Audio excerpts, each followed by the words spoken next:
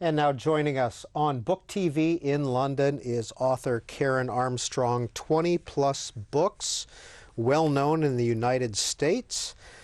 Karen Armstrong, what do you write about? I write about religion. I write about all religion. And it's something I never thought I'd do because I sort of fell into this a bit by accident. My dream had been to become a university lecturer in English literature.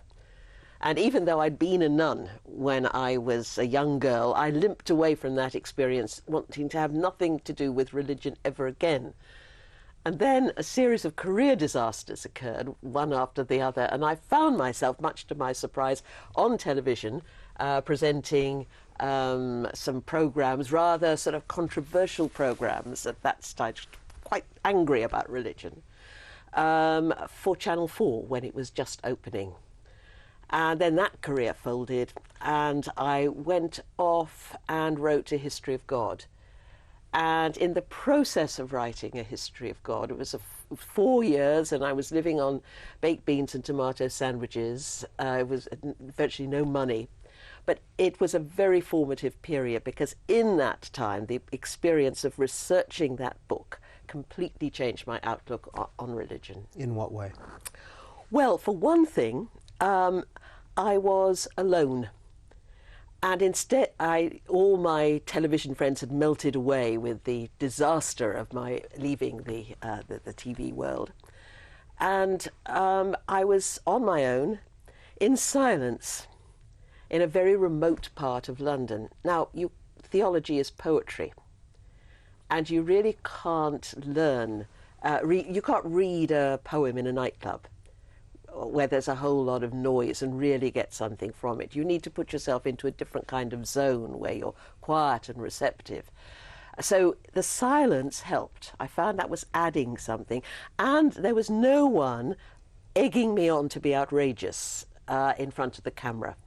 There was just me and the text. And the text started to speak to me in a different way.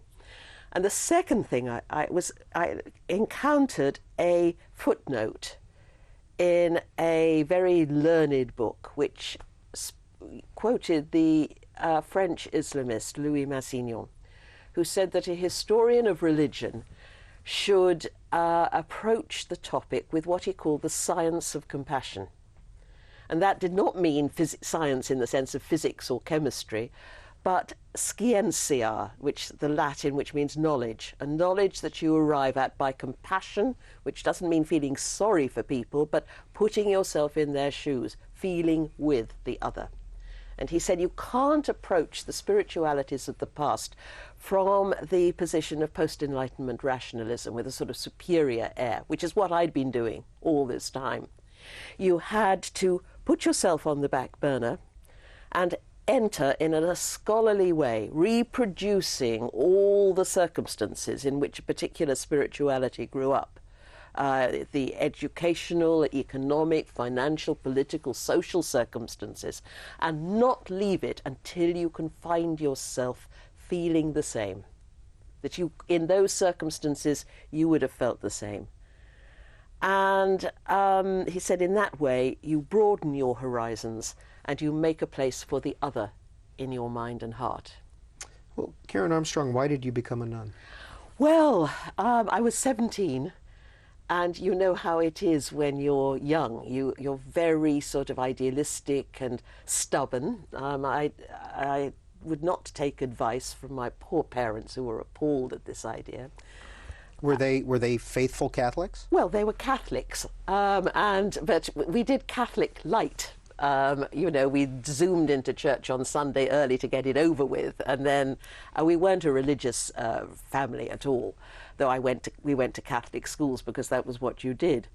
But I wanted, you know how muddled and difficult adolescence is, and I thought that if I became a nun, I'd become sort of Buddha-like and calm and enlightened and inspired and inspiring, and I'd be, like most of the women in the 1950s around whom I was surrounded, they all seemed to be endlessly doing cleaning and cooking and scrubbing and looking after men.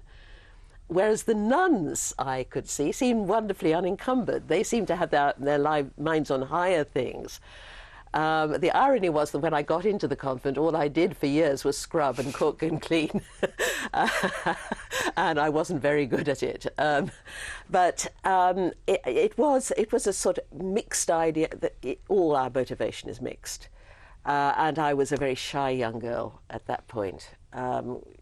Clever, but emotionally a bit backward. I was a bit scared, I think, of going into the big world. But you don't stay in the convent just because you're scared of the outside world, because that you really have jumped from the frying pan into the fire. I mean, it's tough in there. It's like boot camp in a sense, or at least it was in those days. The idea was to train you to be tough, to be a strong woman, and that meant that, you know, you were treated really quite very harshly indeed often. And eventually I had to give it up after 7 years. What happened to your spirituality once you gave it up? As I say, I just wanted nothing to do with religion at all. Atheist? No, I mean, well, probably, yes, probably. But, you know, even that sounds a bit sort of rebellious in the sort of Hitchens-Dawkins field. For me, it was just a weary giving up. I mean, I'd been hopeless in the convent at prayer, which, as you can imagine, was a bit of a drawback for a nun. So every morning I would struggle with my meditation and completely fail at it. And I seemed to have opened myself to God, and God had just taken no notice. So once I got outside, God simply slipped away. I mean, however much I tried to bring him into my life, he seemed to have sort of declined the offer. And I just, it just sort of fell away quite painlessly, really. And I just thought, let's leave that. That's something I don't want to go back to. Karen Armstrong, 20-plus books on religion and God. Later, where are you spiritually? The flippant answer to that is convalescent, I think. I'm still in recovery. But my books and my study and the research I do for it is my form of spirituality. Sometimes, you know, when I'm sitting at my desk doing the science of compassion, putting yourself to one side and entering into the minds of thoughts of some of the most wonderful things that have been written, I feel moments of uplift, moments of mini-seconds of transcendence. Now, my Jewish friends tell me I should have been a rabbi because they say that's what Jews do when they study Torah and Talmud. They don't talk to God, and I can't talk to God. But you study, and by immersing yourself in that study, you get lifted somehow onto a higher plane. And also in the Benedictine order, monks are advised to spend hours every afternoon in what they call divine study, where you immerse yourself in a text and you get mini-seconds of oratio or prayer. And I suppose that's my form of spirituality. I can't see any one of the major world religions that I've been studying up until now that is any better than any of the others. I don't see any of them as superior. Each one of them has its own particular genius, its own particular take on what we call the sacred and the good life. And each has its own particular flaws or drawbacks or failings, because these are human institutions as well as sacred ones. So at the moment, it's not, it's an unorthodox position, but I get nourishment from my study of them all, I think. What's the most frequent question people ask you? What you've just asked, where are you now? What they ask me about death a lot. What do you think? Surely you know what religion's all about, the afterlife, and I'm very conscious now that I'm coming into the last phase of my life.